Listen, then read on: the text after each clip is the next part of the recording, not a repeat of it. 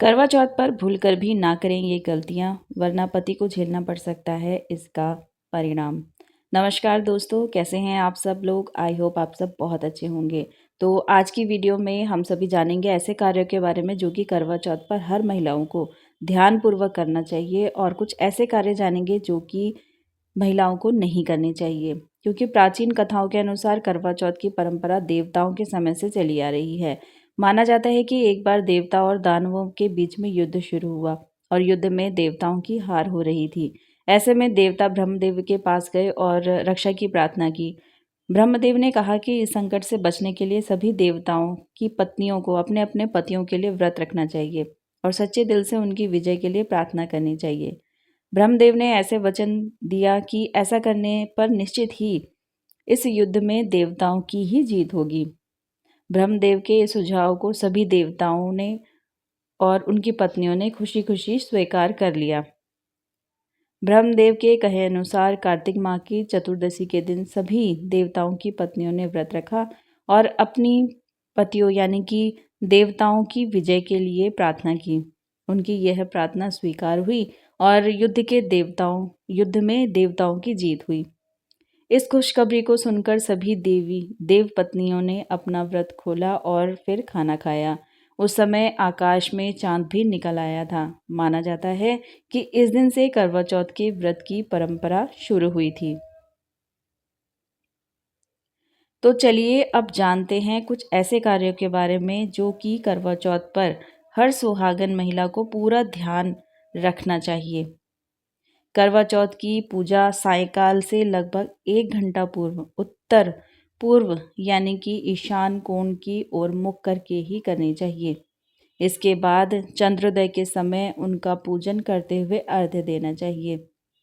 करवा चौथ व्रत को अमूमन सुहागन स्त्रियां ही व्रत रखती हैं, लेकिन यदि किसी कन्या का विवाह तय हो चुका हो तो वह भी अपने होने वाले पति के लिए करवा चौथ का व्रत रख सकती है, लेकिन उसे चंद्र दर्शन की बजाय तारों को देखकर अपना व्रत खोलना चाहिए।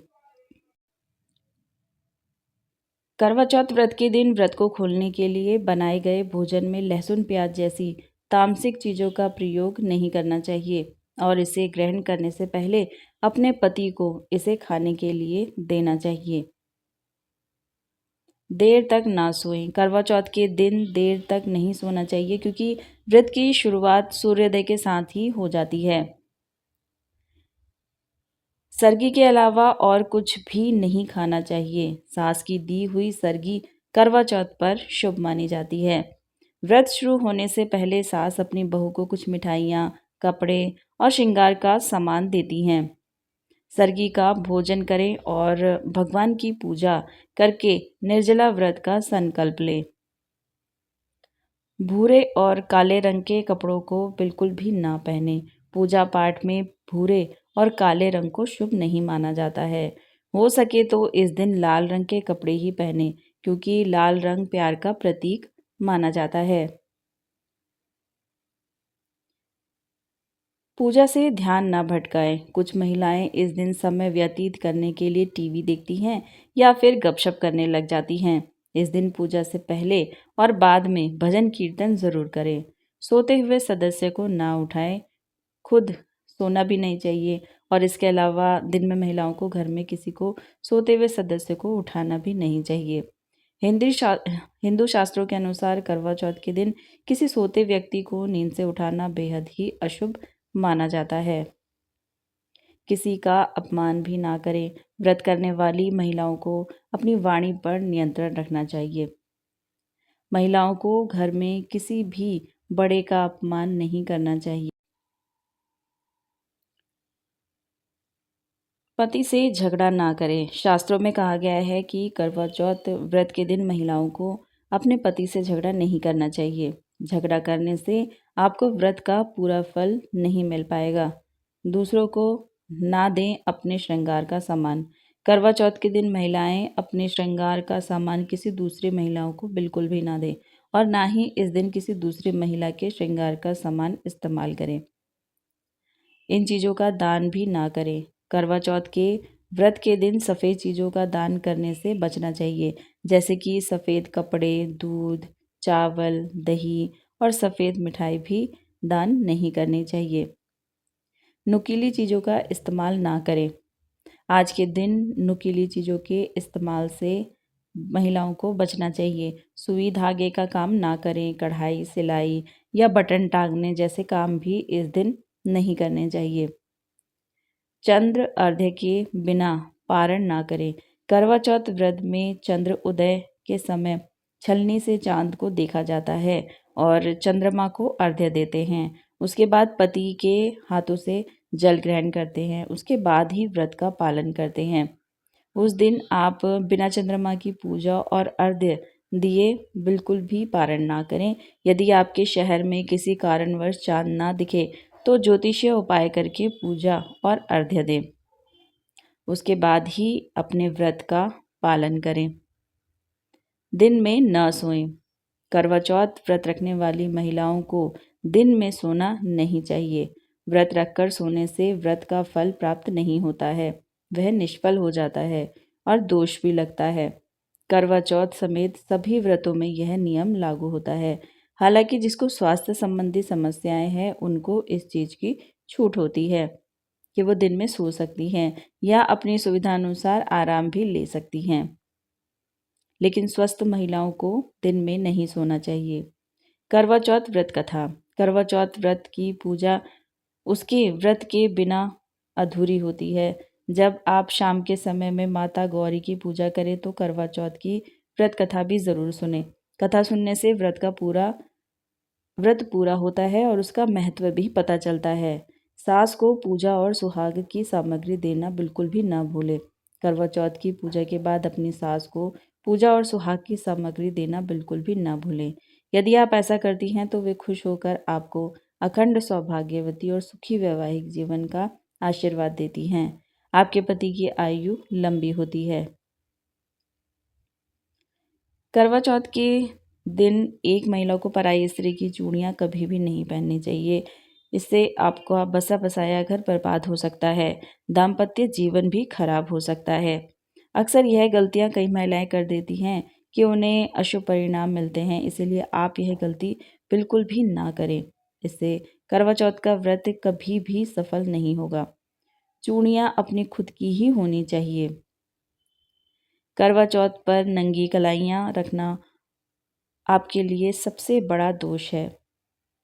दरअसल करवा चौथ के दिन हाथों में चूड़ियां ना पहनना यह इस बात का सबूत है कि आप अपने पति की मृत्यु का शोक मना रही हैं।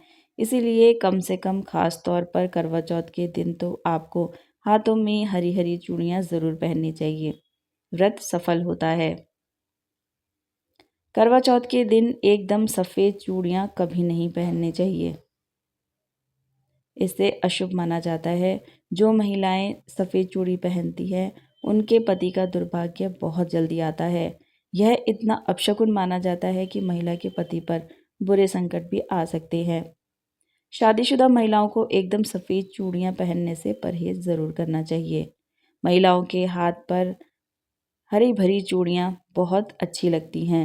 इस दिन लाल चूड़ियाँ, हरी, पीली, गुलाबी, मरून रंग की चूड़ियाँ हाथों में होनी चाहिए। माँ पार्वती इससे बहुत प्रसन्न होती हैं। हमेशा महिलाओं को अपने हाथों में जोड़े से ही चूड़ियाँ पहननी चाहिए। सिंगल जोड़ी या 3 चूड़ियाँ हाथों में नहीं पहननी चाहिए, इससे पति का दुर्भाग्य आता है। साथ ही चटकी हुई चूड़ियाँ बहुत ही अशुभ मानी जाती है। ऐसी चूड़ी महिलाओं के पति पर संकट लाती है। चटकी हुई चूड़ियाँ हर हाल में अशुभ मानी जाती हैं और बात जब करवा चौथ की हो तो ऐसा बिल्कुल भी ना करें। दोस्तों, गहनों में सजी सवरी स्त्रियाँ माता पार्वती को बहुत प्रिय होती हैं। अगर आप अपने हाथों में चूड़ियाँ पहनती हैं तो आप माता पार्वती को प्रिय हैं, क्योंकि यह व्रत माता पार्वती को समर्पित होता है। इसीलिए माँ का आशीर्वाद पाने के लिए कमेंट बॉक्स में जय माँ पार्वती ज़रूर लिखिएगा। करवा चौथ का त्यौहार जो महिलाएं ससुराल में मनाती हैं, क्योंकि दोस्तों कई जगहों पर पहला करवा चौथ अपने मायके में मनाया जाता है, लेकिन अगर आपका पहला करवा चौथ नहीं है तो आपको यह त्यौहार अपने ससुराल में ही मनाना चाहिए, अपने मायके में बिल्कुल भी नहीं।